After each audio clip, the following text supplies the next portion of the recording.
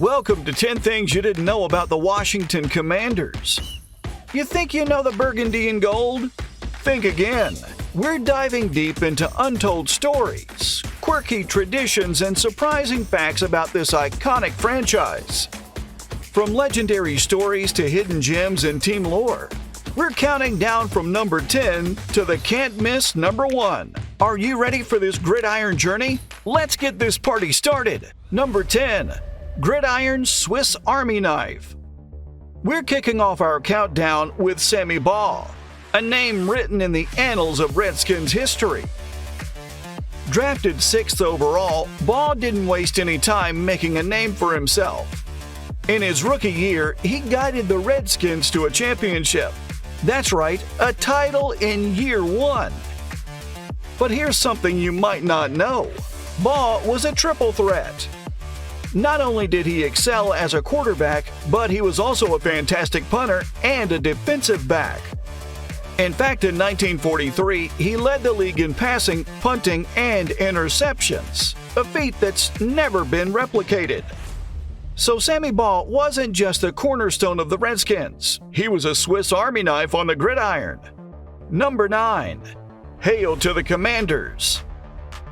Who doesn't love a good fight song to rally the troops? But do you know the backstory of the Washington Commanders fight song? Originally known as Hail to the Redskins, this iconic tune has a past that's almost as storied as the team itself. The song was composed in 1938 by the team's band leader, Barney Breeskin, and its lyrics were penned by Corinne Griffith, the wife of the Washington team's original owner, George Preston Marshall. This makes it one of the oldest fight songs in the NFL, a historical tidbit that many fans might not be aware of. Number 8. Griffith to RFK to FedEx. The Commanders have called several stadiums home over the years. Starting at Griffith Stadium, primarily a baseball field, the team faced unique dimensions.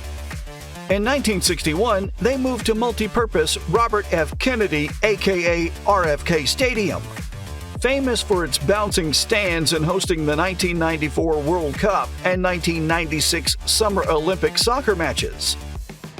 Finally, in 1997, the team transitioned to FedEx Field, which once boasted the NFL's largest seating capacity. Interestingly, thousands of seats were removed in the early 2010s to create a more intimate fan experience. Number 7. Major Tutty goes to Washington. Few groups have captivated fans and analysts like the Hogs, the Washington Commanders' iconic offensive line from their glory years. Legends like Russ Grimm, Jeff Bostic, and Joe Jacoby weren't just road graders. They were cultural phenomena. Their hard-nosed, gritty style of play became a rallying cry for the team and defined an era of football in the nation's capital. But the Hogs were more than a skilled set of players. They sparked a fan movement. The Hogettes, their dedicated fan club, took fandom to a whole new level. Dressed in outlandish women's attire from wigs to dresses, they became a staple at games and events, adding a unique flair to the Commanders' culture. Fast forward to today, and the legacy of the Hogs is as robust as ever. The term has transcended generations and remains a focal point of the team's identity. You'll still find fans of all ages donning foam snouts and hog-themed gear, uniting in the collective memory and ongoing excitement of what these players represented. You can even find the team mascot hog, Major Tutty, at Commanders games. Number 6. The Secret Super Bowl Sauce. The Washington Commanders, formerly known as the Redskins, are a powerhouse with 3 Super Bowl titles: 1982, 1987, and 1991, each having its own unique story. In the 1982 season, the Redskins' rallying cry was, "We want Dallas." This fired-up spirit led them to conquer the Dallas Cowboys in the NFC Championship game, a pivotal win on their path to Super Bowl glory.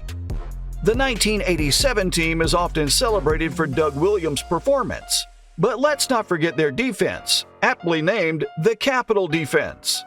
They allowed a meager 128 passing yards in the Super Bowl, bringing Denver's offense to a halt. The 1991 team was a double threat. Not only did they have a potent offense led by Mark Rippon, but their defense was also remarkable, allowing a mere 14 points per game on average during the regular season. Number 5. Redskins Radio Revolution. Back in 1939, the Washington Redskins became the first NFL team to have their games regularly broadcast on radio. This milestone wasn't just about football. It was a landmark movement for how fans engaged with sports across the country. The first broadcast reached an estimated 50,000 homes, an incredible feat for its time. The move opened doors for more inclusive fan participation and also set a precedent for other sports franchises. The first Redskins radio broadcaster was Arch McDonald, who later became a broadcasting legend and a pioneer in sports radio. It changed not just how people could listen to the Redskins games, but it also impacted the entire sports broadcasting landscape. Number 4. Mr. Williams Super Bowl MVP. Coming in at number 4 is Doug Williams, a figure who transcends football. Facing off against the Denver Broncos in Super Bowl 22, he was more than just a quarterback. He was a symbol of change. With 4 touchdowns in a single quarter, Williams didn't just play, he dominated, rightfully earning the Super Bowl MVP title. But his real claim to fame? Williams shattered barriers as the first African-American quarterback to win the big game. His influence extended far beyond that unforgettable night, paving the way for future generations. And let's not forget, he played through a dental issue, a testament to his sheer willpower and determination. Number 3. Washington's Draft Day Heist. When we think of unexpected plays, it's not just on the field. Sometimes they happen in the draft room. Take 1999, for instance. Washington pulled off one of the most jaw-dropping moves in draft history by acquiring all 6 of the New Orleans Saints draft picks that year. In exchange, the Saints got to pick 5th overall and selected Ricky Williams. Mike Ditka, the Saints head coach at the time, was so smitten with Williams that he gambled his entire draft on him. Meanwhile, Washington became the talk of the NFL, grabbing picks that ranged from the 12th to 218th. Number 2. The rivalry born from a deal. Since their first game in 1960, the Washington Commanders, formerly the Redskins, and the Dallas Cowboys have waged one of the NFL's fiercest rivalries. It's not just about football, it's personal. Did you know that the Dallas Cowboys were only able to join the NFL in 1960 after agreeing to vote in favor of George Preston Marshall, then Redskins owner, getting the TV rights he wanted? Now, that's an origin story for a rivalry. In the 1982 NFC Championship, Joe Theismann led the Commanders to a 31-17 win against the Cowboys, propelling them to the Super Bowl. Through ups and downs, this intense competition has produced legendary games and unforgettable foes, forever marking the Commanders' footprint on the NFL landscape. Number 1. The colors behind the command. Ever wonder why burgundy and gold are the chosen colors of the Washington Commanders? The story traces back to the team's first owner, George Preston Marshall. Originally based in Boston, Marshall aimed to distinguish his team from the Boston Red Sox, and the colors served to set them apart. Marshall's wife, Griffith, a silent film actress, also had a say. She wanted something that was both rich and regal. Over time, these colors became symbols of unity and identity for the team. For instance, during the 1982 NFC Championship game, the stadium was a sea of burgundy and gold, creating an awe-inspiring view that still captures the essence of the Commanders to this day. So when you don these hues, remember, you're wearing more than just colors. You're wearing a piece of football history. And there you have it, some unforgettable, some unknown, but all fascinating stories about the Washington Commanders, formerly the Washington Redskins. From legendary quarterbacks to pioneering moves in broadcasting, this team has always been a trailblazer on and off the field.